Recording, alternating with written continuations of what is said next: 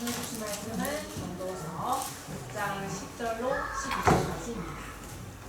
함께 성경을 읽겠습니다. 얻는 것은 무엇이든지 오래전부터 그의 이름이 기이가 되었으며 사람이 무엇인지 이미 암바 되었으니 자기보다 강한 자와는 능히 다툴 수 없느니라. 헛될 것을 더하게 하는 많은 일들이 있으니 그것들이 사람에게 무슨 일이 있으랴. 헛된 생명의 모든 날을 그림자같이 보내는 일평생에 사람에게 무엇이 낙인지를 누가 알며 그 후에 해 아래에서 무슨 일이 있을 것을 누가 능히 그에게 오늘 말씀 어렵겠지요. 차근차근 성경 읽어보면서 이야기를 나눠보도록 하겠습니다.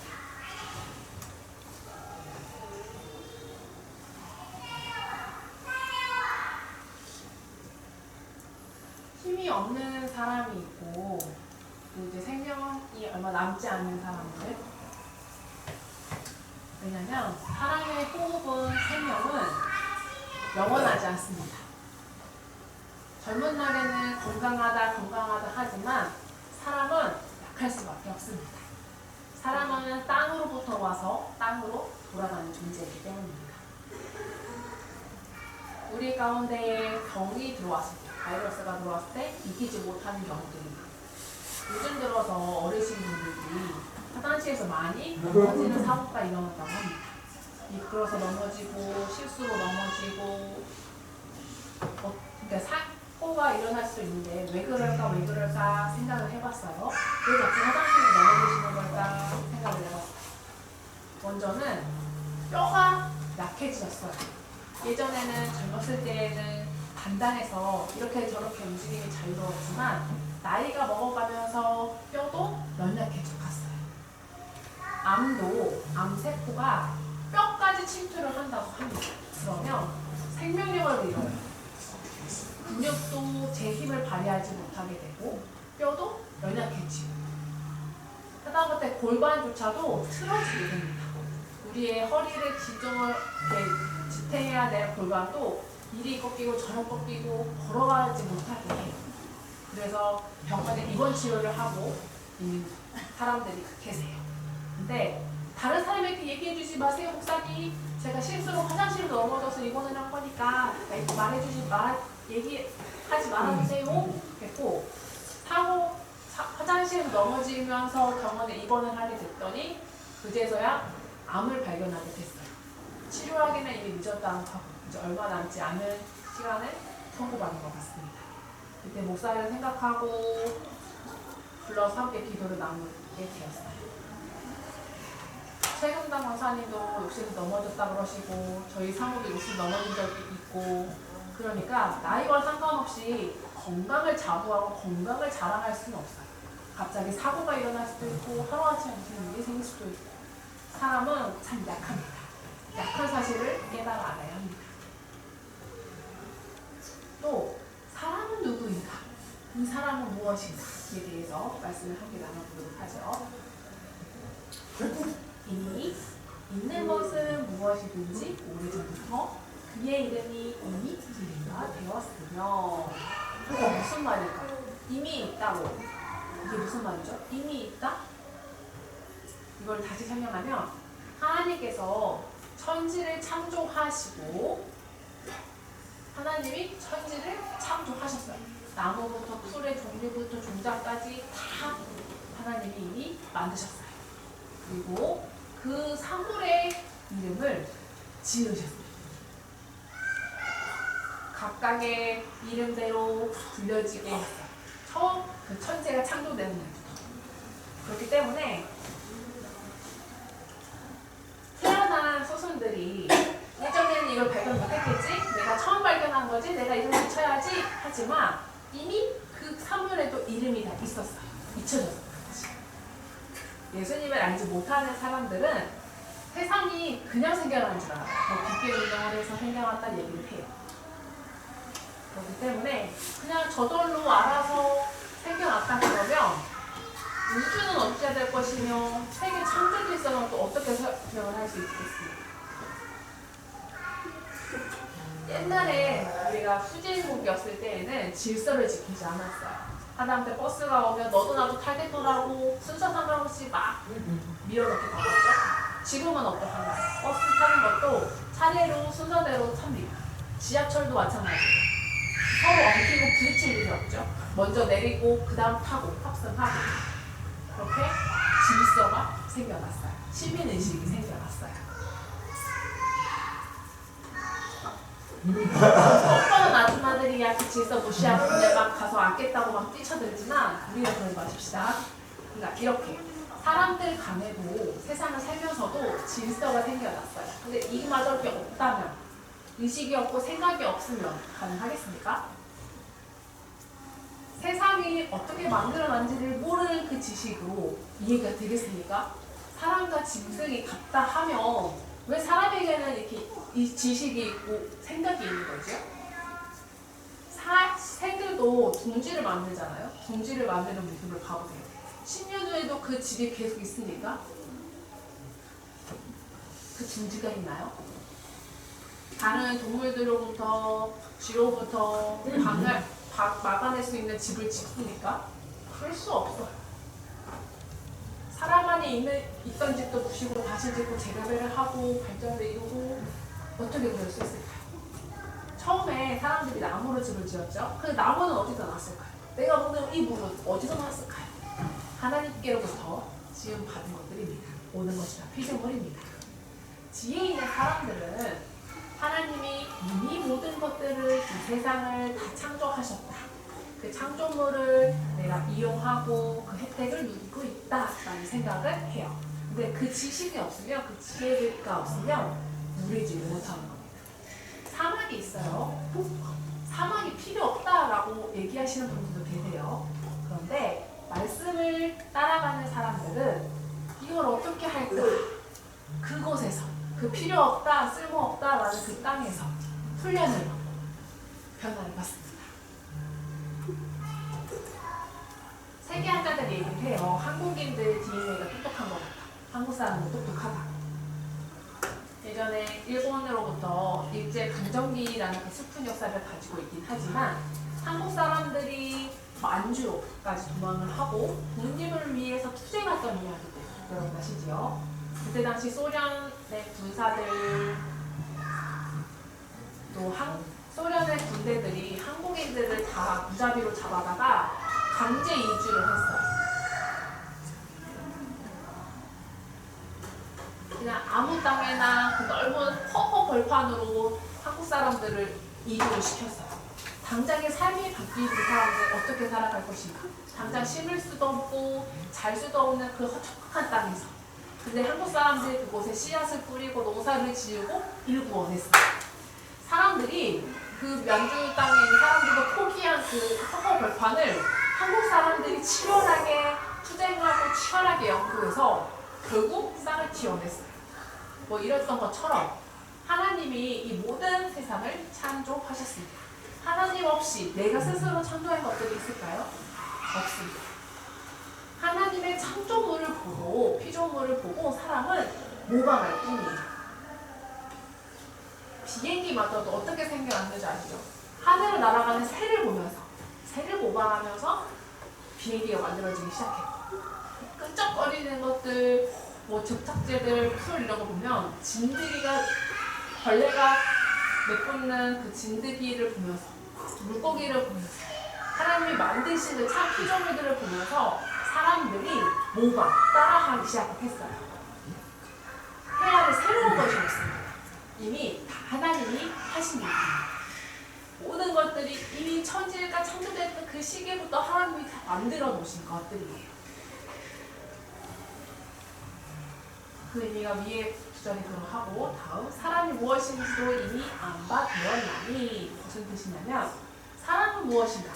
사람이 어떻게 생겨났는가? 그 사람의 처음, 시초를 여러분 아십니다. 흙으로 사람을 지으셨다. 압니다.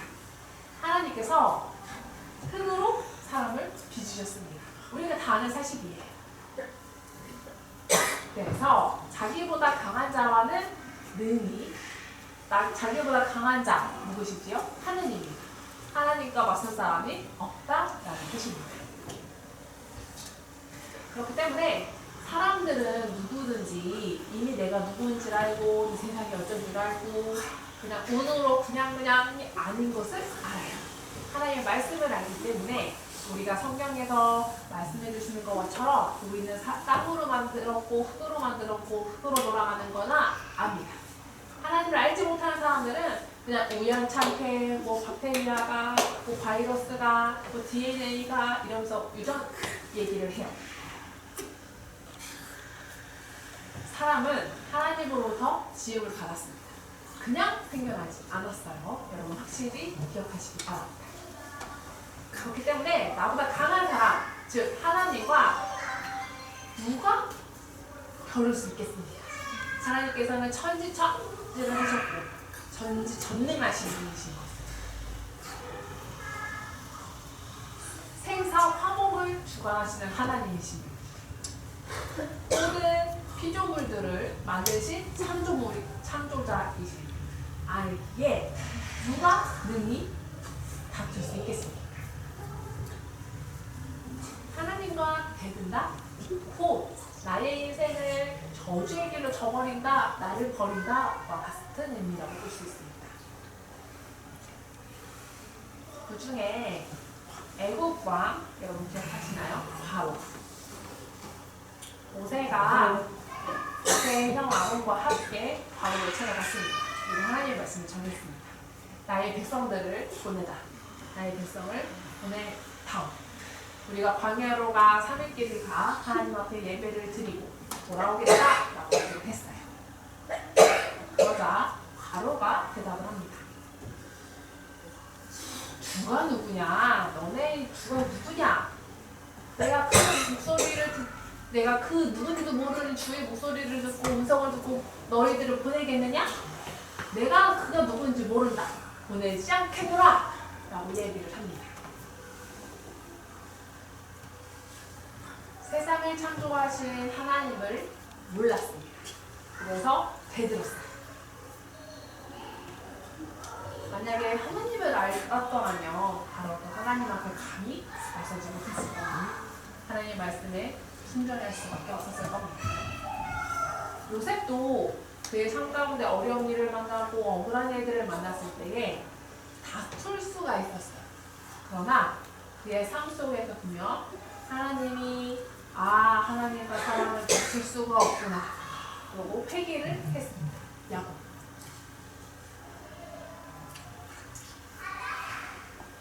프랑스의 볼테르 어느 지식가입니다. 프랑스의 유명한 지식인입니다. 그의 자필도 적다로서도 유명합니다. 근데 그가 무시를 잘했어요. 그래서 자기가 호언 장담을 하지요. 뭐 하나님을 믿고 어쩌고 다 미신이야. 사람을 만들어낸 허구의 불사가 합니다. 하고 본인을 저격을 하던 사람들이었습니다. 그러면서 자기가 책을 냈어요. 그렇게 책을 냈던 후에 아마 우리 지구 역사 속에, 인류 역사 속에 100년 안에 기독교가 사라질 겁니다. 라는 말을 남겼어요. 그의 저서에서. 그런데 100년 후에 어떻게 됐을까요? 그의 말처럼 기독교가 없어졌을까요? 그가 살던 집에 성경책을 만드는 출판사가 들어섰어요. 그곳에 성경을 만들고 파는 서점이 되었어요. 아세요? 하나님께 대들었 그 사람이 죽고 비웃기라도 하듯이 그 집 위에 하나님의 말씀이 만들어지고 말씀이 사고 파는 곳이 되었습니다. 잘 알고 계신가요? 하나님은 누구시냐면 하나님께는 두렵고 떨리는 마음으로 서야 합니다. 공경의 경외의 마음으로 서야 합니다. 하나님이 말씀하실 때 예! 하고 순종의 모습을 보여야 합니다. 제가 책을 읽다가 봤는데 와 미처 깨닫지 못한 부분들이 있죠. 겸손, 우리가 수화로는 이렇게 겸손을 얘기를 합니다. 그 의미가 뭔지 아십니까? 겸손, 내가 흙으로부터 만들어지고 그 흙으로부터 났다라는 걸 아는 사람이 겸손이랍니다. 그 흙을 만든 것도 하나님, 나를 만든 것도 하나님, 나의 주인. 나는 창조주 앞에 피조물임을 아는 사람은 저절로 고개가 숙여져요. 겸손해져요. 그렇다면 하나님의 말씀에 아니요! 반대할 수 없겠죠? 하나님 말씀에 네! 하는 것이 당연합니다. 그리고 그 깊은 의미를 찾아보면 하나님의 말씀에 네! 하고 순종한다는 것이 곧 겸손의 의미랍니다. 예를 들어 부모님이 하시는 말씀에 네! 하면 어우 쟤 착해, 겸손해 라는 칭찬 많이들 하시지요. 진우를 보면 지금 4살, 5살까지 정말 안 들어요. 지금 하는 얘기가 뭐만 하면 싫어 해. 제 속성을 이걸 어쩌면 좋겠어요. 싫어 그러지 마라. 몇 번을 데려다가 설명을 해도 또 싫어. 진우를 보고 있자니 아 내가 그러했구나. 나의 삶이 그러했구나. 내 어렸을 때 이모들, 이모부들이 다 학을 뗄 만큼 정말 장난꾸러기였어.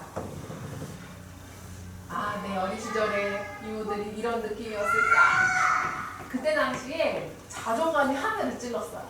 지금에서야 얼마나 어리석고 얼마나 부끄러운 모습인지 알지만 그때는 몰랐지요. 이것처럼 겸손이라 함은 하나님과 대들지 않는 것. 내가 누군지를 알고 나의 저지를 알고 하나님께 순종하는 것. 하나님의 말씀에 맞아요 틀려요 할 자격조차 내게 없다는 것.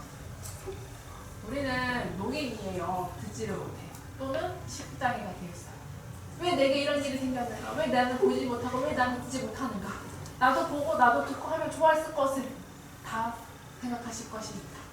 그러나 하나님의 섭리 가운데 하나님의 뜻 가운데 우리가 해야 할 반응은 네, 순종하는 것뿐입니다. 우리는 알지 못하지만 하나님의 뜻이 있음을 믿어야 합니다. 성경을 보다 보면 토기장이라는 단어가 나와요. 흙을 가지고 토기장이가 그릇을 만들잖아요. 이렇게 빚고 저렇게 빚고 빚어요. 어느 그릇은 귀하게, 또 어느 그릇은 유용하게, 어느 그릇은 예쁘게 각각 토기장의 목적을 가지고 어떤 거는 종지만, 어떤 거는 간장 종지만 조그만한 그릇으로, 어떤 그릇은 큰 그릇으로. 근데 간장 종지가 얘기를 하는 거예요. 토기장의 뜻이 왜 나한테 작습니까? 라고 말할 수 있습니까? 큰 그릇에, 큰 접시에 간장을 부어놓고 먹는 분 없으시지요? 간장은 모름지기 적당한 조그마한 그릇에 각자의 쓰임대로 지음을 받는 거예요. 다른 사람과 비교해서 저 사람은 큰데 왜 나는 작느냐고 불평을 말할 것이 하나도 없습니다. 내 모습 이대로, 하나님이 만드신 이 모습 이대로, 하나님의 섭리 가운데 하나님의 뜻 안에 있음을 믿으며 아멘 하며 또 순종하며 살아가는 사람, 그 사람이 지혜 있는 사람입니다. 하나님과 다투지 않는 사람입니다. 부르신 대로 쓰시는 대로 따라 순종하며 살아가는 사람들은 그 한 사람을 통해서 하나님의 뜻이 이루어지고 하나님의 기쁨이 되는 기쁨의 삶을 누리게 됩니다. 우리 손자들을 위해서, 자녀들을 위해서 맛있는 음식을 만들고 대접을 하면 애들이 잘 먹어요. 그러면 부모의 마음이 어떻습니까? 얼마나 흐뭇하고 얼마나 기쁩니까? 우리가 땀 흘리고 열심히 일해서 돈을 벌어서 그 돈으로 가족들을 위해 쓸 때 가족들이 기뻐하고 즐거워하는 모습을 바라보는 마음이 어떠합니까? 이와 같습니다. 우리가 하나님 앞에 순종하는 삶을 살아가다 보면 하나님의 뜻이 이루어지고 하나님이 나를 통해서 기쁨 받으시고 나는 하나님의 기쁨이 되는 그 기쁨을 또 내가 누릴 수가 있습니다. 하나님이 말씀하실 때 내 하나님, 내 손에 있는 것도 나의 생명도 나의 몸도 아낌없이 드릴 수 있는 지혜의 사람들이 되시기를 바랍니다. 11절입니다. 헛된 것을 더하게 하는 많은 일들이 있나니 그것들이 사람에게 무슨 유익이 있으랴. 헛된 것을 더하게 하는 많은 일들, 이게 뭐냐면 말이요. 사람들이 하는 언어요. 말을 함부로 해요. 그냥 막 해요. 그 끝은 헛되다, 허무하다 라는 뜻입니다. 노아인에게는 어떻게 또 설명을 할까 하다가 생각을 했어요. 사람이 아무 의미 없이 그냥 목적 없이 그냥 막 떠드는 이야기들, 그냥 거짓대 썩고 막 사기 먹고 막 하는 이야기들을 유심히 듣고 받는 사람이 있나요? 없지요. 또 목사가 자기가 하는 말과 행동이 삶이 다르면 아무리 하나님 설교단에 서서 하는 말씀에 아멘! 하고 받을 수 있겠습니까?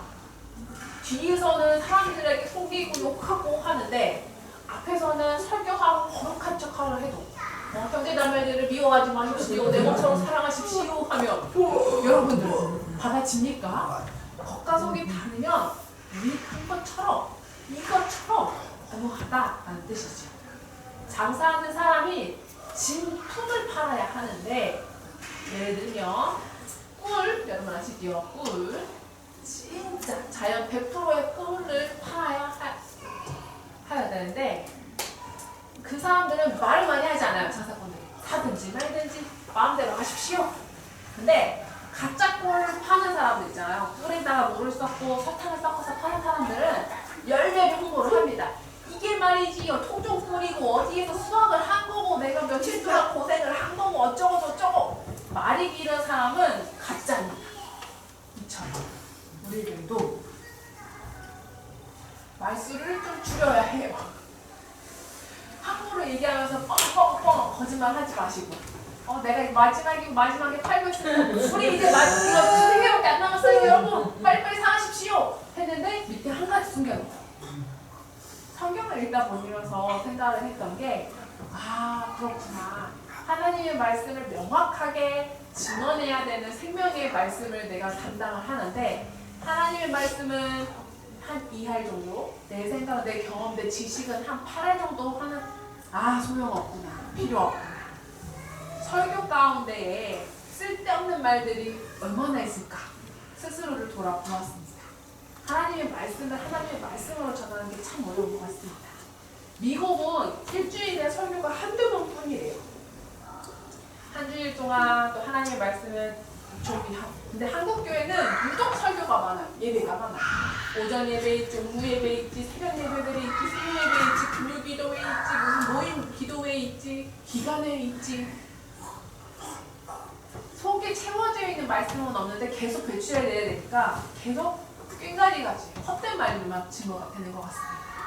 확실하게 강한 하나님의 생명의 말씀만 전파될 수 있도록 선포될 수 있도록 준비가 되어야 합니다. 성도님들도 교회에 다니다 보면 10년, 20년 그 열매들이 나타납니다. 나무도 심고 기르면 열매를 보면 열매가 없으면 이게 무슨 나무인지 헷갈려요. 그런데 나무의 열매를 보면 이 나무가 무엇인지 명확하게 아는 것처럼 우리가 신앙생활하고 10년 뒤에 20년 뒤에 나의 모습을 보면 나의 결실을 보면 알 수 있습니다. 거짓된 말 그냥 생각 나는 대로 그냥 얘기하는 그 말이 많으면 많을수록 사람에게 주는 유익이 무엇이 있을까요? 그 말의 유익은 아무것도 없습니다. 다시 말하면 하나님을 떠나서 그 일평생 하는 모든 말이 헛소리입니다. 지식을 가지고 지식이 있으면 유용하다, 이익이 있다 하지만 무익해요. 생명의 길을 나아갈 수 없기 때문에. 왜 우리가 말씀이 귀하다, 성경이 귀하다 하시는 줄 아십니까? 생명의 길이 있기 때문입니다. 영생이 있기 때문입니다. 예수님의 말씀에 세상 천지 없어져도 하나님의 말씀은 1.1획도 없어지지 않는다 라고 하셨어요. 예수님이 어떻게 이렇게 자신만만하게 말씀을 하시지요? 이 세상 모든 것이 하나님의 말씀으로부터 비롯되기 때문입니다. 천지는 없어질 수 있어요. 그러나 하나님이 다시 또 말씀으로 지으실 수 있어요. 세상을 떠나 하나님을 떠나 그 모든 말들은 거짓된 말들뿐입니다. 공허한 메아리일 뿐입니다. 헛수고입니다. 아무 의미 없는 말입니다. 그 일생이 허무해지고 의미가 없어지는 거지. 그러나 하나님을 알고 하나님을 믿고 하나님의 말씀을 의지하며 나아가는 사람은 하나님이 주시는 그 능력의 말씀을, 능력의 힘을 말하며 드러내며 증거하며 살게 됩니다. 하나님을 떠나서는 모든 것이 다 헛수고입니다. 유익이 없습니다. 오직 우리가 하나님 말씀을 가까이 할 때, 하나님의 말씀을 읽을 때 하나님의 지혜를 더하주실 줄 믿습니다. 12절입니다.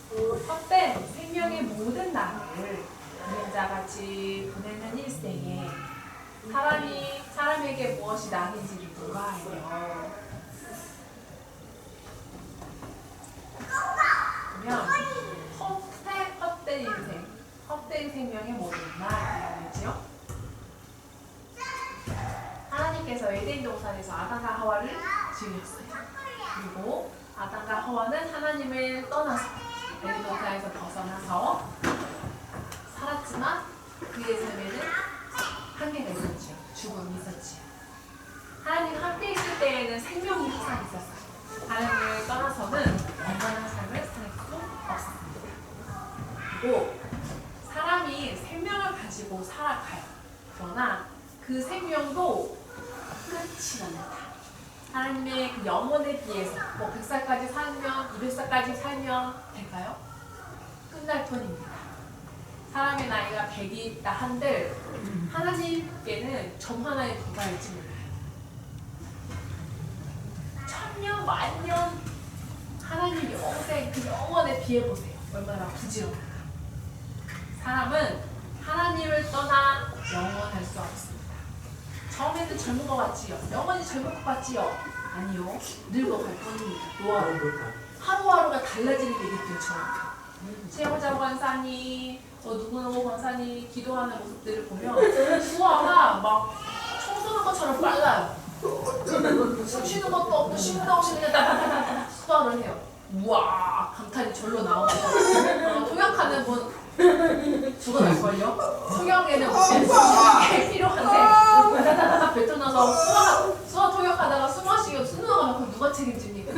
근데 그 권사님도 이제 늙으셔서 천천히 예전에 저도 그랬어요. 예전에 젊었을 때는 수화도 빨랐는데 나이가 들면 들수록 점점 느긋해지고 천천히 차분해지는 것 같습니다. 걸음걸이도 달라요. 애들 한번 보세요. 애들 팔짝팔짝 뛰어가요. 그것처럼 뛰어다니는 분 보셨습니까? 없습니다. 점잖아져요. 사람이 이처럼 삶을 살다가 100살을 살든 150살을 살든 끝이 납니다. 헛된 삶을 살아갑니다. 그 뜻이에요. 그리고 그것이 끝이 아니라 사람이 살아가는 그 인생 가운데에 일어나지 한번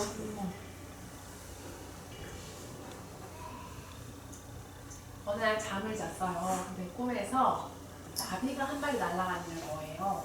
그래서 꽃에도 앉았다가 날아갔다가 하는 걸 봤지요. 근데 잠에서 깨어났어요. 근데 순간 내가 누구지? 지금 내가 나비에서 꿈을 꿔서 사람의 모습을 보는 건가? 아니다. 내가 사람이고 나비 꿈을 꾼 건가? 라고 헷갈린다는 뜻이에요. 꿈을 꿨는데 꿈 속에서 했던 삶이 진짜고 지금이 가짜인가? 라고 착각할지도 모른다는 뜻이에요. 헷갈릴 수도 있다는 뜻이에요.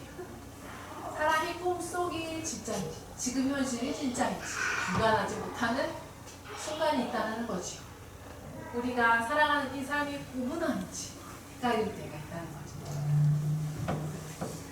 그 후에 죽음 후에 사람이 이 땅을 살다가 죽고 난 후에 해 아래에서 무슨 일이 있을 것을 누가 능히 그 죽은 사람에게 얘기해 주셨습니다.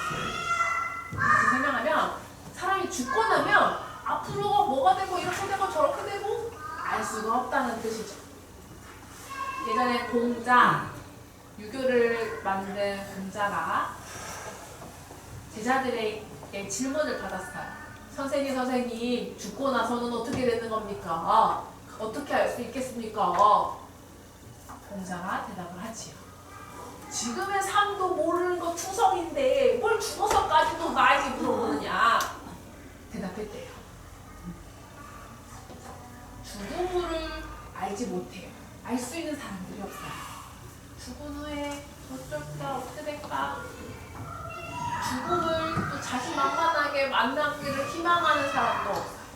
어떻게 될까? 미지의 세계이기 때문에 내가 이렇게 한다 저렇게 한다 말하기가 어렵지요.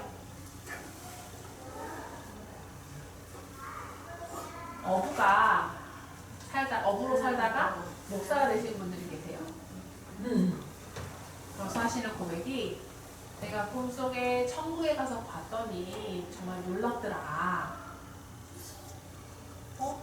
어떤 사람들 다른 사람들이 하는 얘기를 떠나서 천국에 가봤더니 아무것도 없더라. 근데 천국에 내가 꿈속에서나 천국을 봤다. 또 어떤 사람은 또 말하기를 내가 죄가 많은데도 천국에 살아갈 수 있나? 충격을 받았다라는 이야기를 하고 이렇게 천국에 대해서 하나님 나라에 대해서 누가 들어갈 수 있을까요? 누군 들어가고 누구는 못 들어가고 알 수 있나요? 예수님이 오실 때 잘했다 칭찬받는 사람 누군지 아십니까? 예수님께서 십자가 부활로 우리는 죄사함을 받고 예수를 믿는 사람 누구든지 하나님의 자녀가 되고 그 자녀에게 영생을 주겠노라 했던 그 약속을 받았는데 정말 죽으면 천국에 가는 건가? 영생이 있는 건가?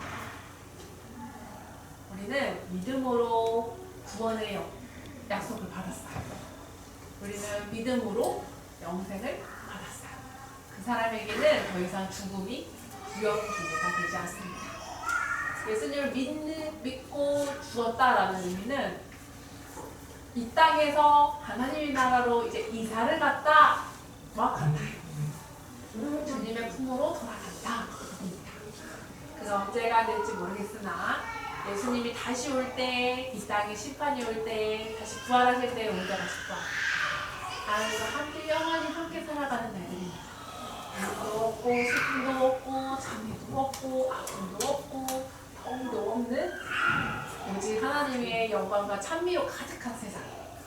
그 나라를 소망하며 그 나를 기대하며 우리는 살아갈 뿐입니다.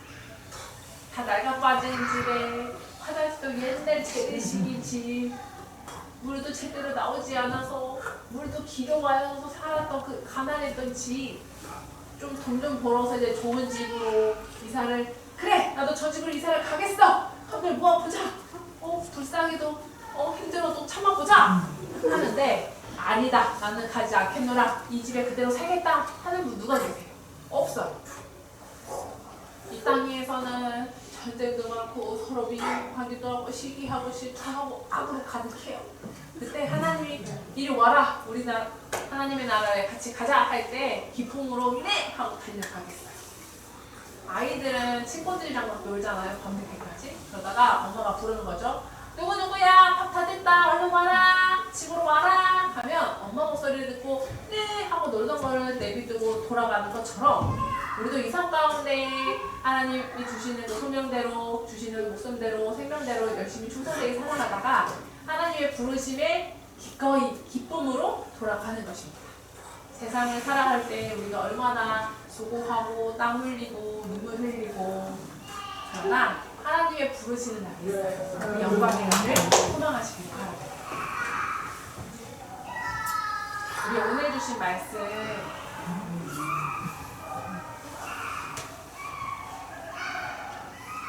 세상 모든 것들이 하나님이 만드셨습니다. 사람은 태초로부터 그려진 몸입니다. 그렇기 때문에 창조주와 감히 비할 수 없습니다. 내가 피조물임을 알고 창조주 하나님께 순종하고 복종하고 그러시길 바랍니다. 그리고 두 번째, 우리가 하는 말이 하나님 없이 하나님을 떠나서 하는 말들은 다 헛수고일 뿐입니다. 그 말에는 생명력도 없고 힘도 없고, 우리는 하나님의 말씀을 내 안에 채움으로 하나님 말씀과 동행함으로 하나님 말씀의 힘을 드러내는 삶을 살아가기를 원하고, 세 번째, 일평생 수고하고 땀 흘리다가 이제 죽은 후에 어떻게 될 것인가 알 수 없다 하지만 우리는 알아요. 하나님이 우리에게 믿음을 주시고 자녀 삼아 주셨고 구원하셨으므로 영생을 주셨다는 것을 알아요. 그 믿음이 흔들리지 않고 함께 기도하는 것입니다. 또 지금 세계 곳곳에 전쟁이 계속되어지고 있습니다. 하나님의 질서는 하나님의 통치가 이루어지는 나라 되게 하여 주시옵소서. 기도합시다. 그 전쟁이 어떻게 될지 우리는 알 수 없어요.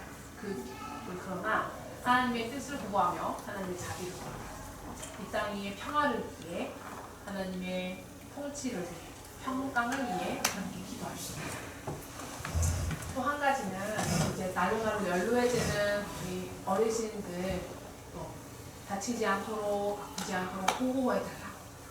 그리고 11월 이제 추수감사주일이 다가오고 있습니다.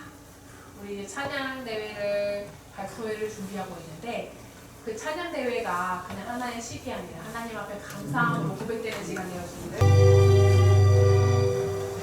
사랑하는 하나님, 귀한 말씀으로 저희들을 가르쳐 주시고 또 하나님이 이미 이 땅을 창조하시고 다스리고 계시고 각 피조물마다 이름을 붙이고 계심을 압니다.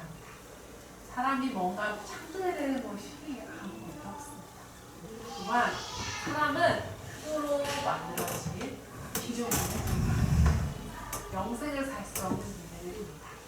우리의 모습들을 깨닫게 하시고 세상을 창조하신 하나님께 대들지 못하게 하여 주시옵소서.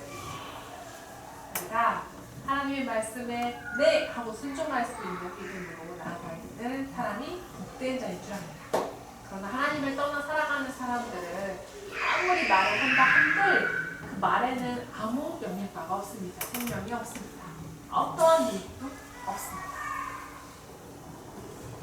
불교에 뛰어난 사람들이 많다 하지만 아무 의미 없습니다.